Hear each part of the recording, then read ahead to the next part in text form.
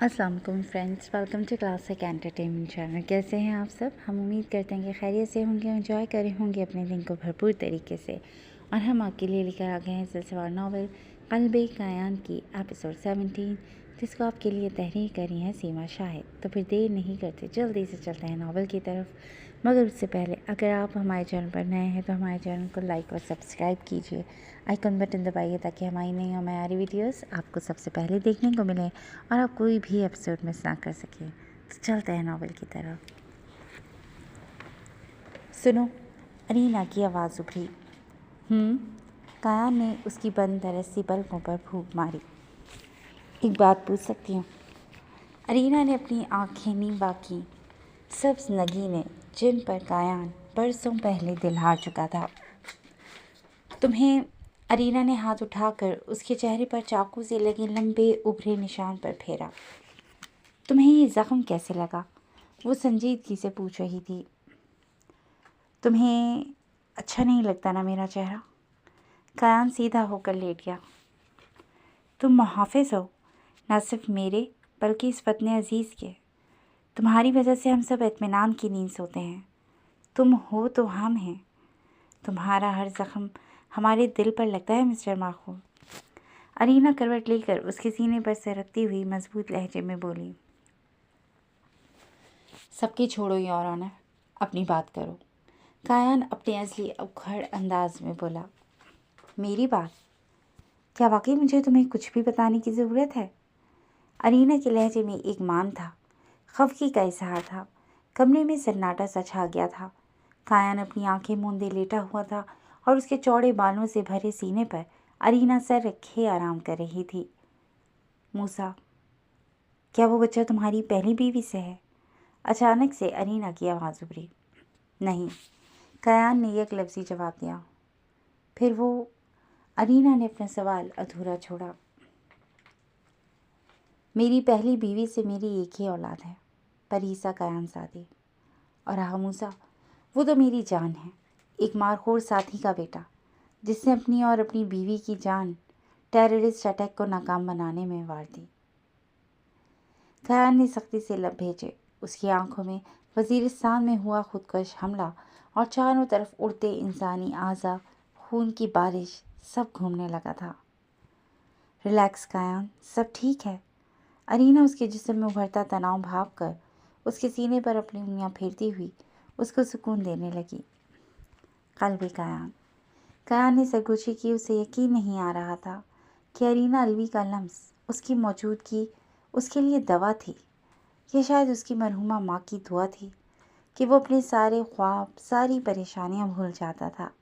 یاد رہتا تھا تو بس ارینا الوی، اس کی یور آنر۔ اس نے برسوں اس کا انتظار کیا تھا۔ وہ اس کے زندہ رہنے کی وجہ تھی۔ اس کے نازک لبوں کی ایک مسکان اسے اپنے سارے غم بھلا دیتی تھی۔ ہاں، ارینا کایان زادی کی موجودگی میں وہ بھول جاتا تھا کہ اپنی آدھی سے زیادہ زندگی اس نے تنہا اکیلی گزاری تھی۔ کایان نے کروٹ لی اور ارینا کے چہرے کو اپنی دونوں ہتھیلیوں میں بھرا۔ میں مزید انتظار نہیں کر سکتا، مجھے تمہاری ضرورت ہے۔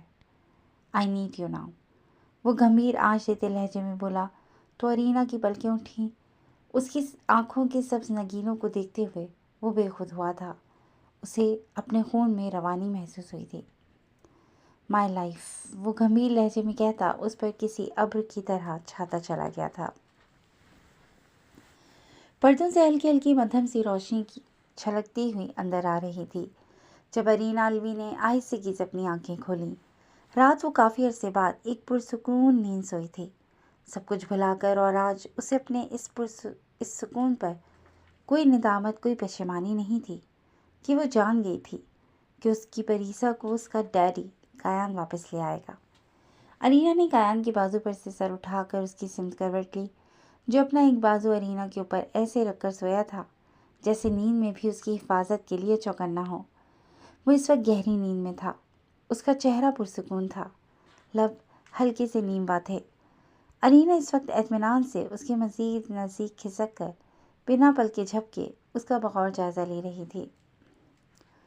زیادہ عرصہ نہیں گزرا تھا، بس کچھ ہفتے پہلے تک یہ آدمی اس کے لیے ایک ڈسٹرب کرنے والی یادداشت سے زیادہ کچھ نہیں تھا، اور اب؟ ارینا نے اپنی پلکیں جھپکی اور اپنے اندر اپنے آپ کو ٹٹولا۔ اب وہ اس کا شوہر تھا۔ وہ تھوڑا کنفیوز بھی تھی، انفیکٹ کنفیوز کم اور خوفزدہ زیادہ تھی، اور اس کے خوف کی وجہ کیان سادی کی وہ طاقت تھی جس سے وہ اس پر حاوی ہو رہا تھا، حواسوں پر چھا رہا تھا۔ اس نے ارینا کی اپنے گرد بنائی تمام حفاظتی دیواریں گرا دی تھیں، اسے اپنا بنا لیا تھا، اس کی رگ رگ میں اتر گیا تھا۔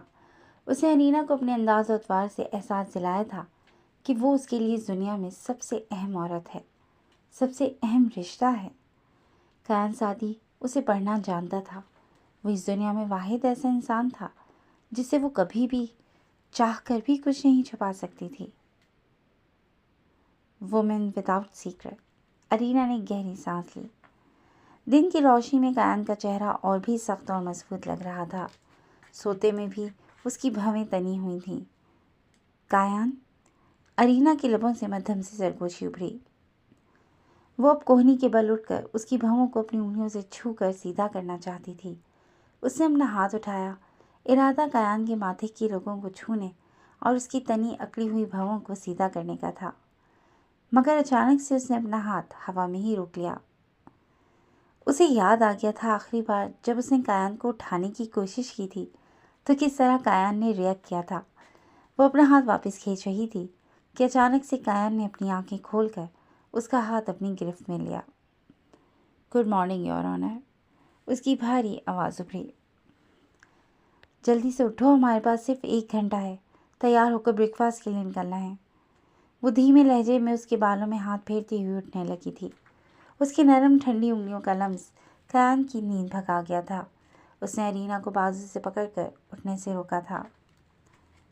آئی وش تم نے ایسا نہ کیا ہوتا۔ کیان کی نگاہیں ارینا پر جمی ہوئی تھیں۔ وہ ابرو کے اشارے سے اس کے بالوں میں انگلیاں پھیرنے والی حرکت پر اشارہ کر رہا تھا۔ کیوں؟ ارینا کی سانسیں تھمی تھیں۔ تم مجھے ختم کر رہی ہو یور آنر، میں اس سب کا عادی نہیں ہوں۔ اس کی آواز تلخ تھی۔ سوری۔ ارینا نے دوبارہ اٹھنے کی کوشش کی جسے کیان نے ناکام بنا دیا۔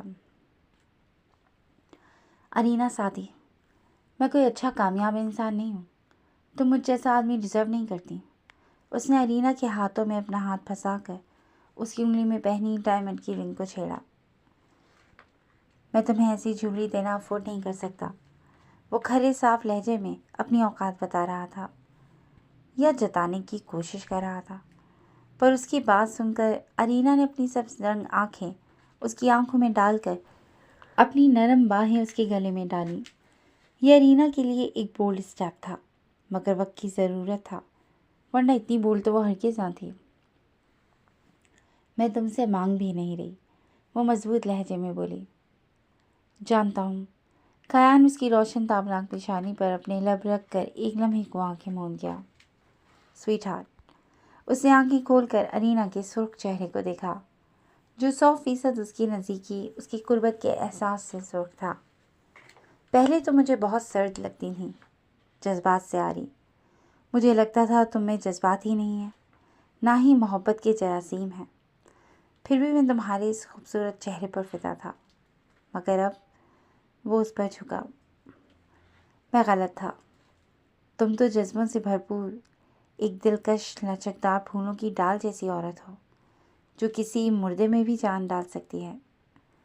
اس کی بات سن کر پہلی بار ارینا کو ٹوٹ کر شرم آئی تھی، اس کی پلکیں لرز اٹھی تھیں۔ ڈیم اٹ، ایسا مت کرو، میں خود پر قابو نہیں رکھ پاتا۔ وہ اسے ایک بار پھر سب بھلاتا ہوا اپنی دنیا میں لے گیا تھا۔ کیان نے اس کے اندر جیسے نئی رنگوں سے بھرپور روح پھونک دی تھی۔ وہ اس کے لیے کسی ڈرگ کی طرح سے ہو چکا تھا جس کے حوالے اپنی ساری پریشانیاں، سارے مسائل کر کے وہ سکون سے آنکھیں موند سکتی تھی۔ وہ اس کے ساتھ اپنی ساری زندگی بانٹنے کو تیار تھی۔ کیا یہ محبت تھی؟ ارینا نے بند پلکوں تلے سوچا۔ ہاں، مجھے کیان سادی سے محبت ہے۔ میں جو ہمیشہ یہ سوچتی تھی کہ پیاس محبت صرف کتابوں میں یا موویز میں ہوتا ہے، آج تسلیم کرتی ہوں، مجھے پیار ہو گیا ہے۔ I am in love with کیان سادی۔ ارینا نے اپنے دل و دماغ میں جاری کشمکش کو ختم کرتے ہوئے محبت کے ہاتھوں سرنڈر کر دیا تھا۔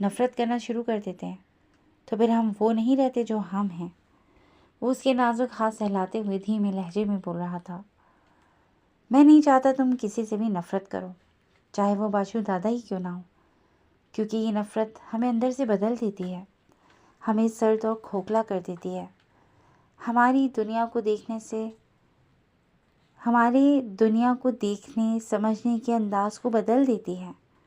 یہ ایک ایسا زہر ہے جس کا کوئی تریاق نہیں، اس لیے کسی سے بھی نفرت مت کرو، اس سے لڑو، اس سے اپنا حق چھینو، اسے سزا دو، پھر چاہے وہ موت کی سزا ہی کیوں نہ ہو۔ وہ اسے سمجھاتا ہوا کرسی کھسکا کر کھڑا ہو گیا۔ بریک ختم، اب ہمیں کورٹ میں چلنا چاہیے۔